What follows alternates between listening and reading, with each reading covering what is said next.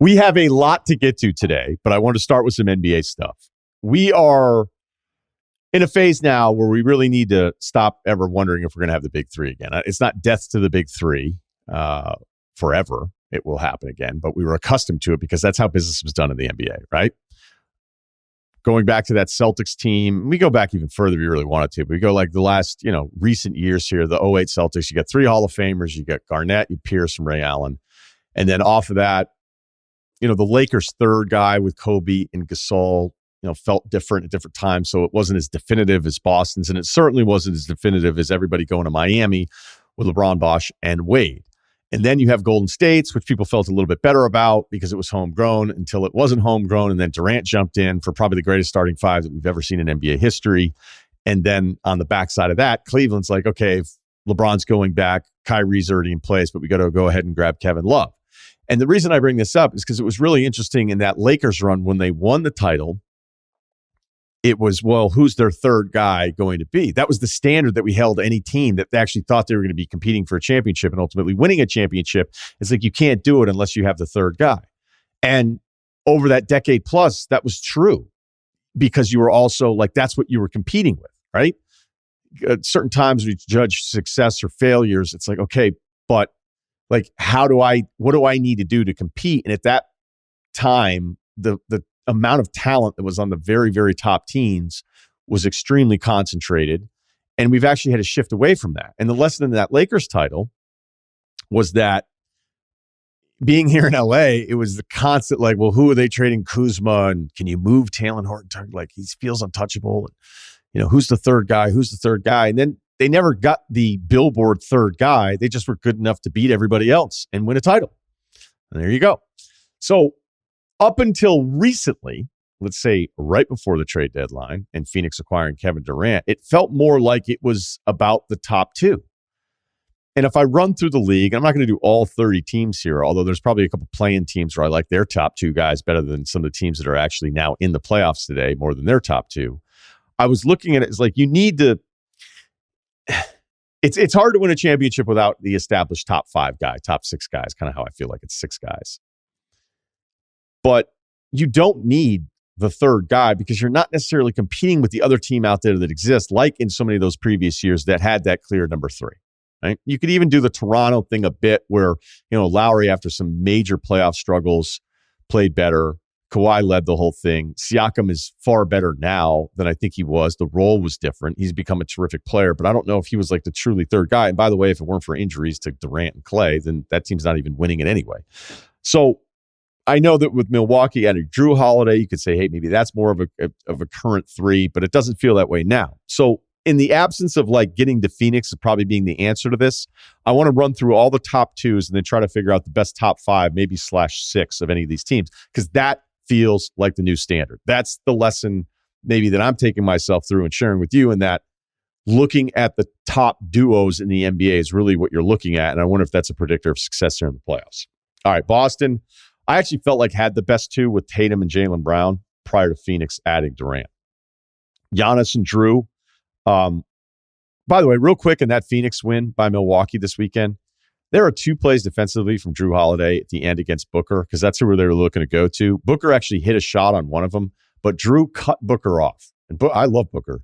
And Booker couldn't get by him on one of the plays. And then there was another one where I wish teams did this more often. Booker was trying to run a switch at the top, getting Drew off of him. And Drew was like, no, like I'm just not allowing this to happen. And the screen wasn't that great. That can also be part of the problem too. But there's just so many times where teams get bad switches and just allow it to happen. And Drew Holiday wasn't going to allow it to happen. And, the stuff he does defensively on big possessions is so good. He's putting up huge numbers. So, until Middleton is more established, because I think Middleton was the answer as the number two guy to Giannis as the number one. Right now, it's clearly Drew Holiday. I don't really think there's much debate about that. Top two for Philly, pretty clear, Harden and Embiid. Cleveland, it's Mitchell and Garland. New York, it's Randall and Brunson, who have been awesome. That was a really nice win by them last night against Boston. I know there's no Jaylen Brown, but that game was like all New York from start to finish. Kind of annoying watching Boston being so frustrated the entire night, but whatever. Brooklyn, doesn't matter. They're 1-4 since the deadline. I'm not going to do all 30 teams here. Miami, Bam, and Butler. I was looking up some of the Bam clutch numbers. Nice win by them against Philly last night. Turnovers again. late offensively for Philly. Did you like that last 2 minutes, Sixers fans? Did you? You didn't. Although Miami's offense isn't anything to get too excited about. Bam has a plus 18 net rating in clutch games or clutch time. So every clutch moment that that last 2 minutes score within 5 points, in those scenarios, he's plus 18. Atlanta, it's Trae and DeJounte. For Toronto, it's Siakam and Fred VanVleet. I think we probably like Barnes better long-term. OG gets a lot of love, doesn't play enough. But VanVleet's our second leading scorer. He is under 40% from the year from the floor, but that's actually kind of right around where he's at career-wise. Washington, this one's kind of interesting because Porzingis actually is the leading scorer and he's only missed 9 games, but it feels like it's still kind of Beal and Kuzma. I could be wrong about that. I mean, Porzingis has had a nice season here. Washington also is in this interesting group. I'll save that for the Portland point later about how many 20-point scorers you have on a team. I would argue that I'd take Orlando's Franz and Paolo show. By the way, how about those two last night? Paolo, 3 jumpers off the dribble late in the game to seal it offensively. And then Brandon Ingram couldn't get by Franz. He hit one shot on him that was like a desperation to end the shot clock. Franz's defense on the perimeter, man. I love those two guys, but we've already talked about that, so we don't need to keep repeating it. So that's running through kind of the East contenders. In the West, by the way, if you look at the standings in the West, the Western Conference is like the NFL outside of the Tier 1 teams and the bottom tier teams. It's like all those other 20 teams. The number 2 seed Grizzlies, all the way down to the number 13 seed Oklahoma City Thunder, every one of those teams, 2 through 13, in their last 10 are either 6-4, 5-5, or 4-6. It's like the NFL. Denver, it's Jokic, Murray. Memphis, it's Ja and Jaren Jackson Jr., even though Bane is second leading scorer, 42% from 3 here again. I think defensively what Jaren Jackson does on top of everything else makes up for the offense being behind Bane. I mean, we could get into it if we wanted to. The other thing with Memphis here, since Adams went out on January 22nd, their offense has been 24th in the league. The defense has actually been better, but they're 5-8, but they're still hanging on to this 2 seed, 2.5 up on Sacramento. The West road records, because that's one of the things that people will knock on Memphis, 11-18 is a 2 seed. Like, are you serious? I don't know what to do with Memphis during this run because I'm not going to write them off like so many other people are. I'm just not. And there's other teams like Phoenix's road record feels a little misleading because of the massive gaps they've had injury wise. Dallas stinks on the road, 12-19. I mean, Golden State's now a 7 seed. They're only a game and a half back of Phoenix at the 4 seed. I feel like everybody's writing Golden State off now too, but they're atrocious on the road, 7-23. But what's real there as we wait for Steph's return? So back to the duos. We covered Denver, Memphis, Sacramento. It's Sabonis and Fox. By the way, Fox, keep checking these clutch numbers. 5.6 points per game in clutch situations. That's 1.3 points better than number 2 in the NBA, who's DeRozan. And then we have, I'm going to skip Phoenix here, Kawhi and Paul George. Kawhi's insane again. Great win by Denver, by the way, the other night against the Clippers. Paul George, still, it's not like this is new to me, but he'll have little stretches during games where I'm like, damn, this guy is so good. But some of the dumb turnover stuff with him where it's like, what the hell are you doing? He threw it out of bounds on one of those weird plays. He threw a bad lob late that didn't make any sense. Just some bad play. He's had a few of those recently. Dallas, Luka, and Kyrie. Golden State, it's Steph and Clay. Steph's numbers, January and February, he's 26 a game, 44% from 3.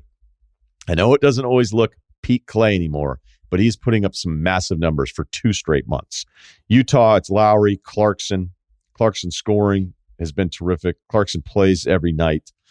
Minnesota, I guess I'll just say Ant and Karl Anthony Towns, which then will lead to me feeling like I'm contradicting myself in New Orleans with Ingram and CJ, because if I put Cat there as the duo, then why didn't I do it for Zion? I don't know. 2 weeks ago, we still heard we were weeks out from it. His last game was January 2nd. I know the Towns thing has gone on for a while here, but I think because at least I have the CJ Ingram option, I've just saved that for now. But clearly Zion would be in this. But here's the headline. Don't worry about it, Pelicans fans. They're not going to be in my top 5, so it doesn't even matter. New Orleans covered Portland, Dame and Simons, Grant. How about this? All 3 guys are scoring 20 points per game for them. And I thought, wait, how many teams are actually doing that? Well, Washington is with Beal, Kuzma, and Porzingis. Miami, oddly enough, has 3 guys scoring 20 a game. Golden State does as well. New York would if RJ Barrett were up from his 19.5 a game. Philly would because Maxi's at 19.5. And Charlotte, of all teams, has 3 20-point per game scorers if you round up Oubre's 19.7. So then I also, just as a side here, looked up 20-point scores. This season, right now, rounding up from 19.5 up, we have 46. 46 players are averaging 20 points per game this season. 10 years ago, using the same rounding up, 11. 10 years ago, 11 guys scored 20 a game. This year, 46. Finishing out the list, LeBron, AD. The injury on LeBron sucks for a million different reasons because I don't want to see it end like this. And it's not. I know he's under contract. He's still going to be good next year, although, the decline is real. That's why, older guys are going to keep getting hurt. AD's been really good now here for a good stretch. He's 23 and 14 this month, 2 blocks per game, playing 33 minutes a night. I wanted to see what would happen because as much as I've been like, I don't know, Jared Vanderbilt, who I fucking love, this has been great for Lakers fans getting a sense of this. Russell's hurt. I don't know if he's going to play on Tuesday night with his ankle injury, but LeBron's now going to be out for a while. I wanted to see what would happen because even though a healthy prime AD really makes them scary, I felt like there was a massive media rush to now anoint them as like the true contender in the West. When it's like, they still have a lot of work to do here. Honestly, OKC with SGA and Giddey, I would take probably over a lot of duos. So what did we discuss here? It's Phoenix. You want to get in the injury bet? We've been talking about it all season long. I don't know how to do any of this NBA stuff without talking about who's the better bet health-wise, players, teams, and all that kind of stuff. You're just going to talk yourself into circles. So the Phoenix health bet historically would not be great with KD, Booker, and Chris Paul. But the KD Booker combo at its peak, that's the best NBA. That's the best the NBA has to offer. It does. I really don't think it's debatable. I put Boston 2. I'm putting Milwaukee 3. And then it kind of gets into this Denver Murray thing where who would you want Murray over? Would you take Murray over Donovan Mitchell? No, I wouldn't. Would I take Murray over Booker? No. Would I take Murray over Drew Holiday? I don't think I would. Now, like we're doing next 5 years, sure. I'll take Jamal Murray. So that's kind of how I use the tiebreaker stuff here because I put Denver forward. At some point, you have to have Jokic in there. So I have Phoenix, Boston, Milwaukee, Denver as my top 4 top 2s. And then it came down to kind of a Clipper, Golden State, Philly thing. I can't believe I'm doing it, but I'm putting the Clippers there. Probably just because Kawhi's been this good for this long. And I like that better than the gap between not Kawhi and Steph. But it's really easy to do this. Like it's also part of some we're seeing with people writing off Golden State. Can we watch them play with everybody again before we're saying it's totally done for them? That seems impossible for a lot of people to do here. But that's it. Yeah. I'm going Phoenix, Boston, Milwaukee, Denver, LA, Golden State. The only one that feels like it has that top 3 based on the standard that I talked about at the beginning of this open is Phoenix. But even then, I would imagine with this version of Chris Paul that there'd be a ton of pushback for even suggesting that maybe the Harden Philly Maxey one is a better 3. Or if Middleton is healthy again, then that's your 3. The point is that it's about the 2s more than the 3s now with the way the rosters are built for this season for the contenders.